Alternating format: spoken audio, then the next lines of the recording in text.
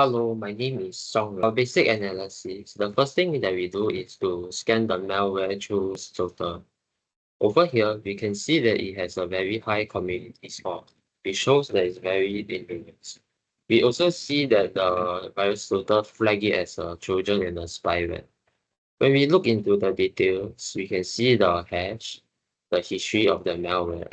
When we go into the relationship tabs, you can see the contacted URLs, contacted domains, contacted IP address, and it also shows us a graph that display the relations. So now I'll be going to use the PID to check if the malware is pegged or not. So over here, we can see that the malware is not pegged. This is because we see the entry point section is a dot text. If the malware was pegged, this section would be the malware fingerprint. So moving on, we will be using this tool called WinMD5. This will generate the hash value for us. As you can see, this is the same hash as the one we saw in VirusTotal. This means that whatever information that we got from VirusTotal will be relevant in this analysis. The next tool that we'll use is PEView. So we can use PEView to get the compilation date of the malware, which in this case is 2016 June 23.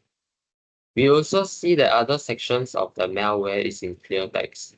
This tells us that the malware is not pegged. The next tool that we'll be using to analyze the malware will be Dependency Walker. So over here, we can discover the dependent DLLs. The first DLL that we will be analyzing is Windows Socket 32 DLL.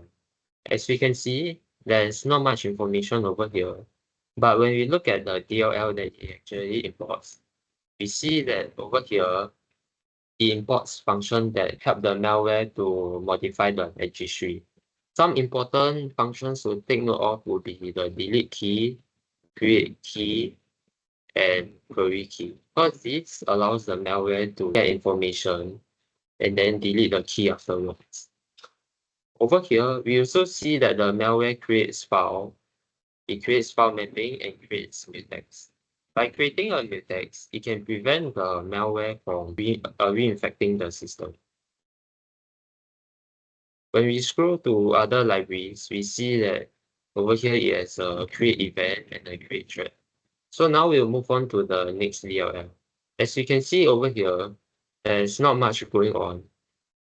These two functions over here will help the malware to manage the memory in the system. Moving on to the third library, we can see that it doesn't have much functions, so we'll just go into the imported functions. Over here, we can see that there's a lot of get function. This can tell us that the malware is trying to get a lot of information from the system. And then over here, once again, we see that the malware has functions that can help it to modify the registry. Over here, we see a lot of instances of it opening a key and it using the query function. This tells us that the malware is trying to gather a lot of information. And then same thing over here, we see that it's trying to create file mapping and file.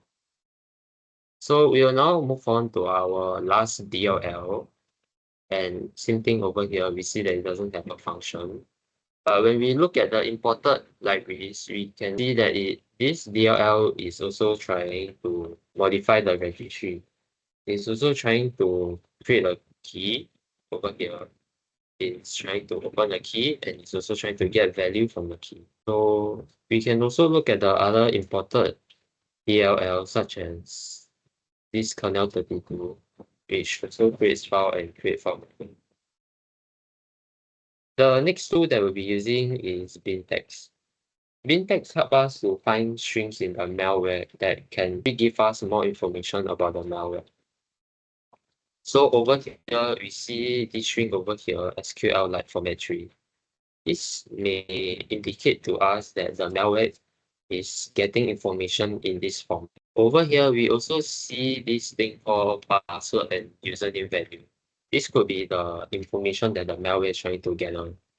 And then we also see this string over here, which suggests the initiation and the shutdown of a service called network security service.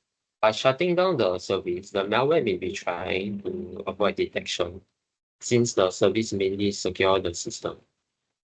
Over here, we see that the malware is creating a file and writing a file. We also see that there's a lot of values over here, such as server, username, and protocol. This may be the values that the malware is trying to get. We also see the DLLs that we have analyzed earlier, and we also see that these strings over here may indicate that the malware is trying to manage the memory in the system. And then over here, we see that there's a lot of browser. So this tells us that this malware may have something to do with browsers. And over here, we see that there's a lot of text file. This could be the text file that were created by the malware to store data. And maybe this text file will be transported over to the attacker.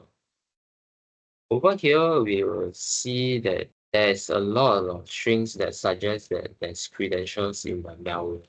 So over here, the main thing that we see is that the malware is trying to get email address, server, username, and the user account across a lot of protocols. These protocols are POP3, SMTP, NMTP, IMAP, HTTP. So these protocols actually are protocols that are used to transfer data over the network. So over here, we also see that these strings over here in the sort of looks like a section of a URL. So this hints to us that the malware may be trying to use this protocol to send the data over. And then lastly, we will see this string over here, software Microsoft cryptography. This is actually a registry key that store cryptographic configuration for the system. From this string, we can guess that the malware is probably trying to modify the value over here to weaken the system. Now we'll move on to our next VM. And the first tool that we'll be using is B Studio. So over here, we can use this tool to look at some of the indicators that this tool can have generated for us. We can learn more about the functionality of malware from here. As you can see, it shows that the file loads library at runtime. This is true because it aligns with whatever that we have searched earlier. And then over here, we can come to string. So we realize that this actually has a similar function as bin text because it shows us the string in the malware. So the next tool that we'll be using is IDA-Pro. IDA-Pro is a disassembler which can help us to gather the assembly code for the malware so that we can analyze it easier. So some of the things that we'll be looking at in this assembly code would be functions that we have talked about earlier. So over here, we can see that this malware is trying to perform memory management. And then over here, we see that this DLL called Windows WS32. This is a DLL that is mainly used for setting up connection and sending data. Then we can see the function over here, socket, connect, and send, and receive.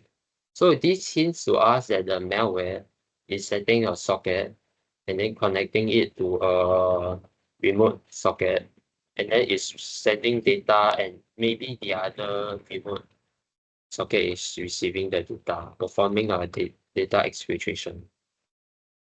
And then over here, under this DLL OLED32, we see this function called co-create instance.